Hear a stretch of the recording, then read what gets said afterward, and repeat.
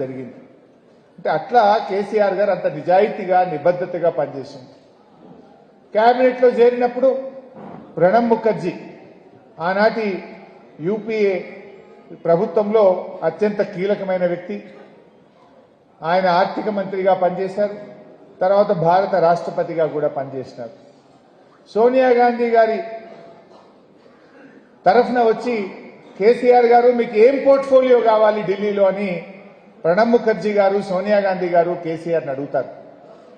నేను మంత్రి పదవి కోసం రాలేదు, నేను శాఖల కోసం రాలేదు, నేను తెలంగాణ కోసం ఢిల్లీకి వచ్చాను అని చెప్పాడు కేసీఆర్. అయినా కేసీఆర్కు వాళ్ళే ఏదో బొగ్గుగని శాఖ అని ఇచ్చింది.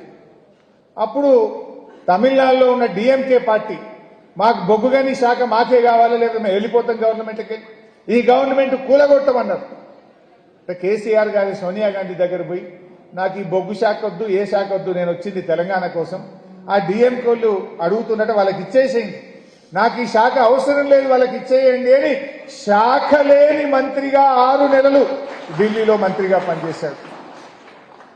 అయితే ఈ విషయం నేను చెప్పడం కాదు, భారత రాష్ట్రపతిగా పనిచేసిన కాంగ్రెస్ పార్టీ అగ్రనాయకుడు ప్రణబ్ ముఖర్జీ గారు ఒక పుస్తకం రాశారు. ద కోయలిషన్ ఇయర్స్ అని ఒక పుస్తకం రాశారు ప్రణబ్ ముఖర్జీ గారు. ద కోయలిషన్ ఇయర్స్ అని రాష్ట్రపతిగా పనిచేసిన ప్రణబ్ ముఖర్జీ ఒక పుస్తకం రాశాడు. ఆ పుస్తకం 2017 సంవత్సరంలో విడుదలైంది. ఆ పుస్తకంలో ఆయన ఏం రాస్తాడంటే కేసీఆర్ గురించి, నేను కేసీఆర్ గారిని ఏ శాఖ కావాలి అని అడిగితే నాకు తెలంగాణ శాఖ కావాలి, నేను శాఖ కోసం రాలేదు, మంత్రి పదవి కోసం రాలేదు అని చెప్పిన ఒక నాయకుడు కేసీఆర్ అని చెప్పి ఆ పుస్తకంలో రాశాడు. రాస్తూ కేసీఆర్లో నేను ఆ నిబద్ధత చూశాను. ఈనాటి రాజకీయ నాయకుల్లో నాకు ఈ శాఖ కావాలి, నాకు పెద్ద మంత్రి పదవి కావాలనే రోజుల్లో నాకు శాఖే వద్దు అన్న ఒక నిబద్ధతను కేసీఆర్లో చూశాను అని తన పుస్తకంలో రాశాడు ప్రణబ్ ముఖర్జీ గారు. అంతేకాదు, నా లక్ష్యం తెలంగాణ, నాకు తెలంగాణ కావాలి, మీరు ఏ శాఖ ఇచ్చినా నాకు పర్వాలేదు, కానీ నాకు తెలంగాణ ముఖ్యమనేటువంటి మాట కేసీఆర్ చెప్పిండు. ఇది కేసీఆర్ లో ఉన్నటువంటి కమిట్మెంట్ అనేటువంటి మాట ప్రణబ్ ముఖర్జీ గారు తన పుస్తకంలో తాను రాసినటువంటి మాట. ఈ మాట అంటే అంత పోరాటం. ఇవాళ ఎవడెవడో కేసీఆర్ గురించి మాట్లాడుతున్నాడు, తలకు మాసినోడల్లా మాట్లాడుతుండు. నిజంగా కేసీఆర్ గారు అంత నిబద్ధతతో పనిచేయకపోతే ఇవాళ తెలంగాణ వచ్చినా? ఇప్పుడు నేను చెప్తున్న మాటలు మనం చెప్పుకున్నది కాదు, కాంగ్రెస్ పార్టీ అగ్రనాయకుడు భారత రాష్ట్రపతి ప్రణబ్ ముఖర్జీ చెప్పిన మాట. కేసీఆర్ నీతి, నిజాయితీ, నిబద్ధత గురించి ఆ రోజు ఆయన చెప్పిన మాట నేను ఈరోజు గుర్తు చేస్తా ఉన్నా. అయినా కాంగ్రెస్ పార్టీ ఏం చేసిందో మనకు తెలుసు. 2004 నుంచి 9 దాకా అధికారంలో ఉంది. కామన్ మినిమం ప్రోగ్రాంలో పెట్టింది, రాష్ట్రపతి నోట చెప్పింది. ఎన్నిసార్లు అడిగినా తెలంగాణ ఇవ్వకపోవడం.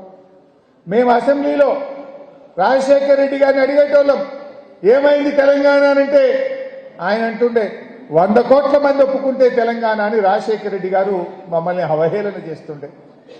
మేము అసెంబ్లీలో గట్టిగా నిలదీస్తే ఏం తెలంగాణ అడుగుతున్నది ఇంతగానం, ఇయ్యడానికి ఏమన్నా సిగరెట్టా, బీడీయా అని రాజశేఖర రెడ్డి గారు మమ్మల్ని అవహేళన చేస్తూ ఉండే.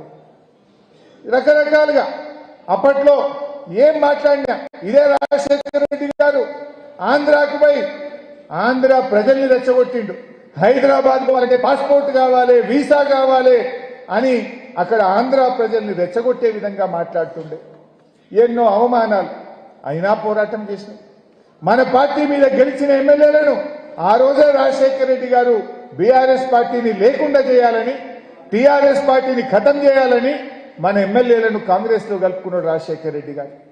అయినా కేసీఆర్ గారు అదే పోరాటం, అదే స్ఫూర్తితో ముందుకు పోయినాం. కాంగ్రెస్ ఇస్తానన్న తెలంగాణ ఇవ్వకపోతే కేసీఆర్ గారు కేంద్ర మంత్రి పదవికి రాజీనామా చేశారు. అయినా కాంగ్రెస్ లో చలనం రాలే. 2008లో కాంగ్రెస్ పార్టీకి బుద్ధి రావాలని, సోయి రావాలని ఎంపీ పదవులకు రాజీనామా చేసినాం. రాష్ట్రంలో కేసీఆర్ గారి ఆదేశంతో ఎమ్మెల్యే పదవులకు కూడా రాజీనామా చేసి మళ్లీ ఉద్యమంలోకి పోయినాం. గడ్డిపోచల్లాగా పదవులు త్యాగం చేసిన పార్టీ బీఆర్ఎస్ పార్టీ. ఆనాడు సిద్దిపేటలో దుబ్బాకలో రామలింగన్న, సిద్దిపేటలో నేను, మెదక్లో పద్మా గారు మన జిల్లాలో